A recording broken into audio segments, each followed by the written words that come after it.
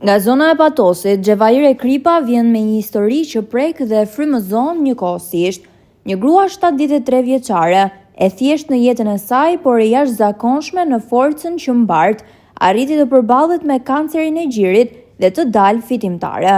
Mes lodhjes, dhimbjes dhe pasigurisë, ajo nuk u dorëzua kurrë. Puna në bujqësi dhe frutikulturë u bë jo vetëm mënyrë e jetesës, por edhe forca e saj.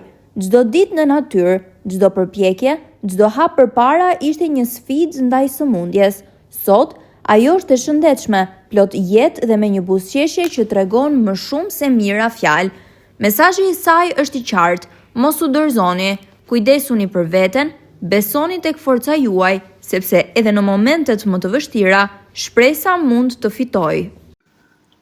Përshëndetje nderuar, ju përballet një nga sfidat më të mëdha që sot përballen gratë dhe vajzat, kancerin e gjirit. Si e zbuluat për herë të parë sëmundjen dhe cili ishte reagimi juaj?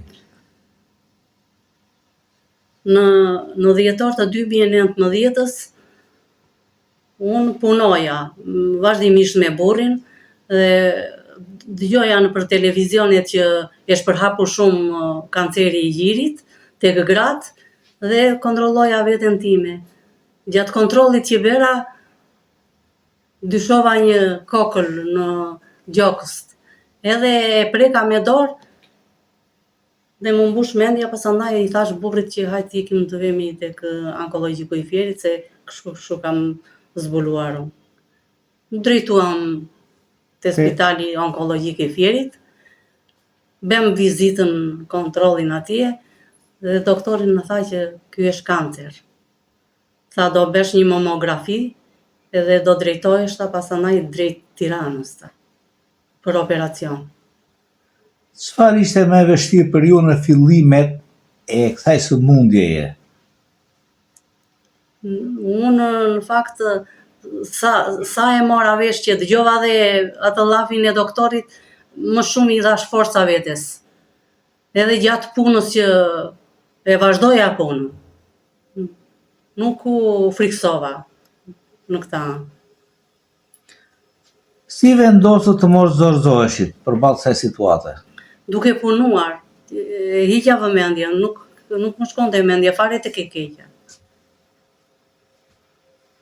Pra nuk pyesni fare, nuk e çani fare, nuk e çaja kokën fare, se ç'a kisha.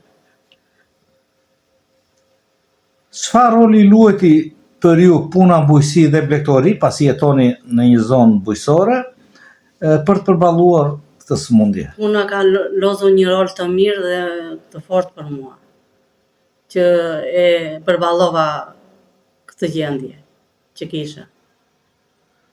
Nga e gjetët forcën për të vazhduar përpara?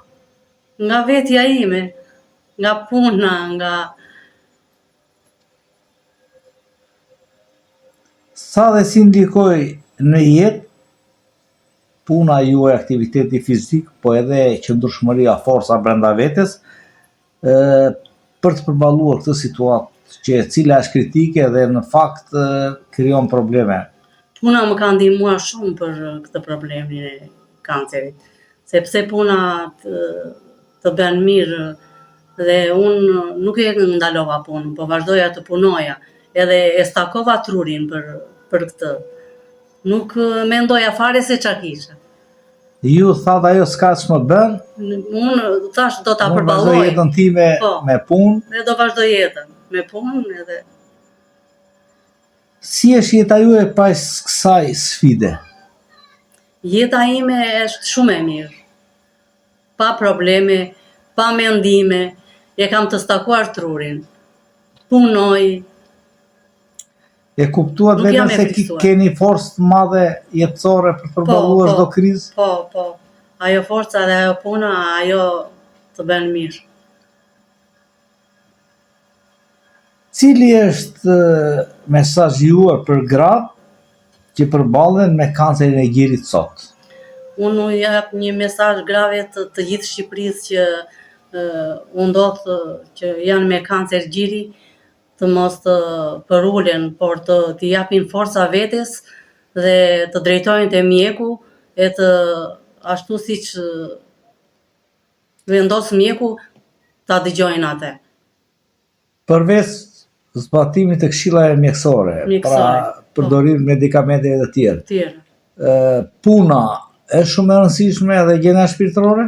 Po, është shumë e rëndësishme puna dhe gjendja shpirtërore.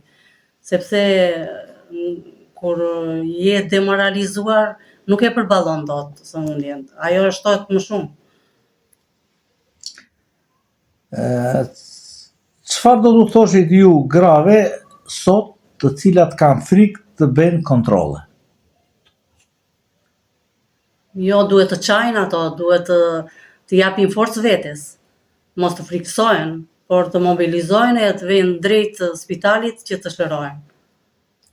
Është e vetmja rrugë për të Rrugë zgjidhje, po. Unë të falenderoj, të uroj shëndet, jetë i gjatë pranë familjes, të afërme dhe gjitha gëzimet. Faleminderit shumë.